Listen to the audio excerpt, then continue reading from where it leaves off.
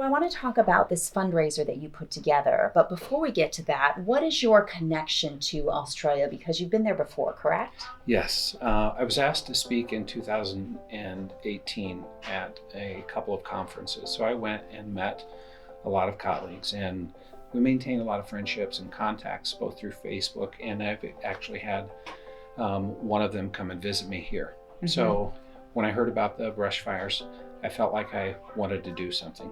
Mm-hmm. And so one of the things that you are doing, which is a very big thing you're doing, is raising money specifically to help care for the animals that are being impacted in Australia by these fires. As of now, there are still more than 100 of these fires. It's going to take a lot of money and a lot of years for them to recover. So tell me about how you started out this fundraiser. What was your goal, and what are you hoping to do with the money you raise?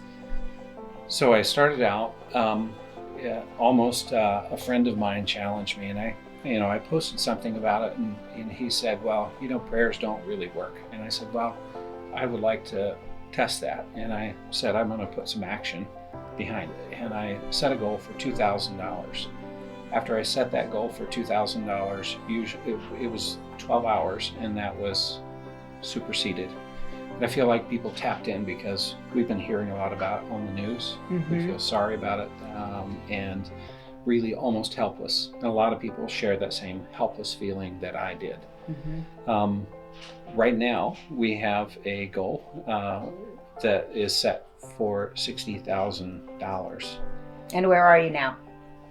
Just under $60,000. It's incredible. In how many days? We started on the 3rd of January. Wow. So it's been less than 2 weeks. It's been less than 2 weeks.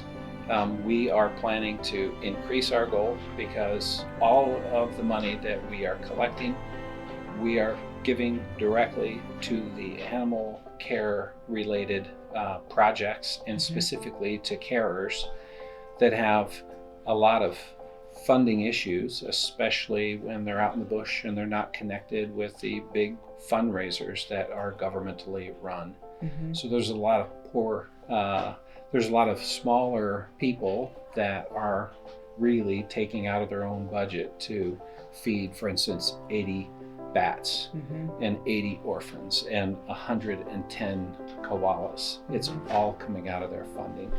So we're incredible. Yeah, so we're finding organizations like that. My concern is that because there are not people there that are allowed close enough to those fires, that there's undiscovered animals in the bush that have sustained injuries, either as a result directly of the fire or running away from the fire.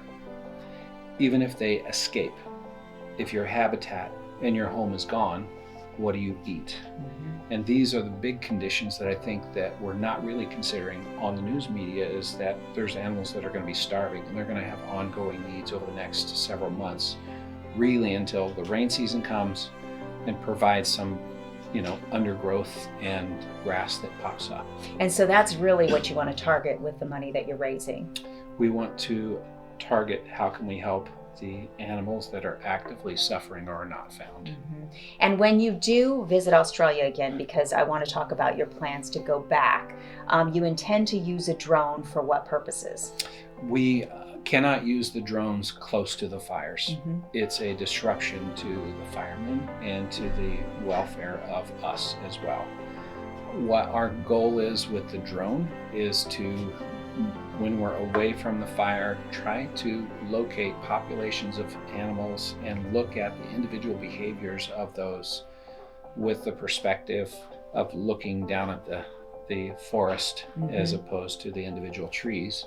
And our goal is, if we see a slow-moving animal, if we see one limping along, we'll be able to find a mechanism with our cowboy wrangling West mentality mm-hmm. To net the animal in some way or to guide it into a safe area that we can capture it. Mm-hmm. That's wonderful that you are doing this. You plan to hopefully get out to Australia this week.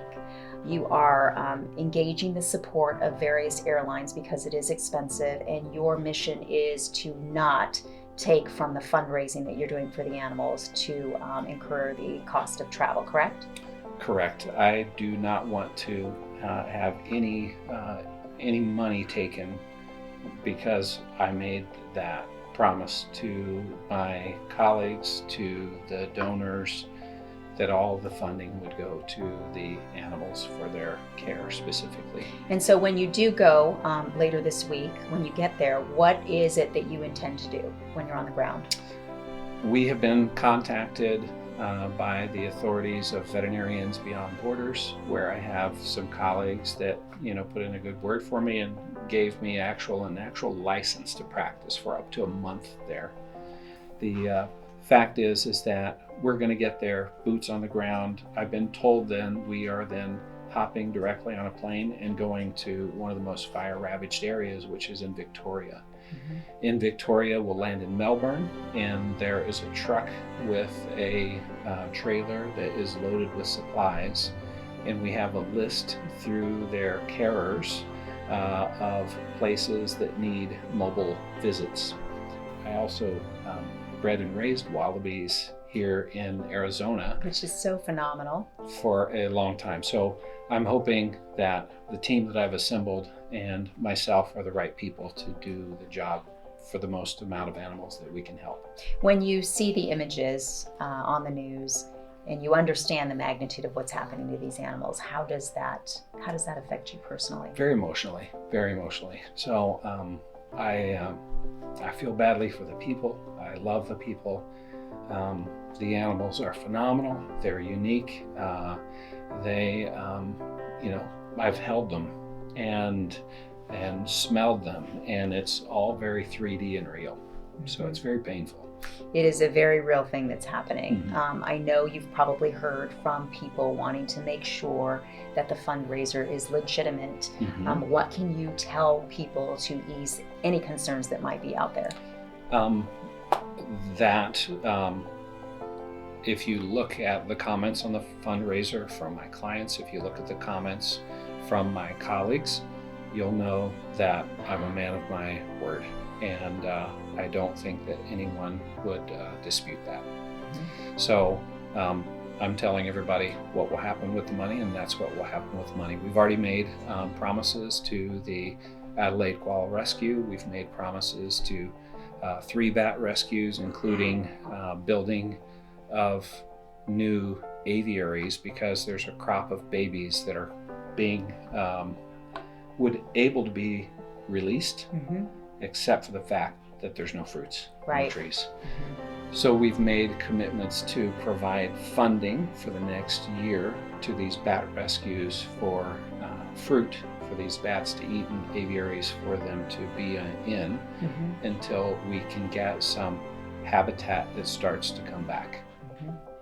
Well, I applaud you for going the extra mile.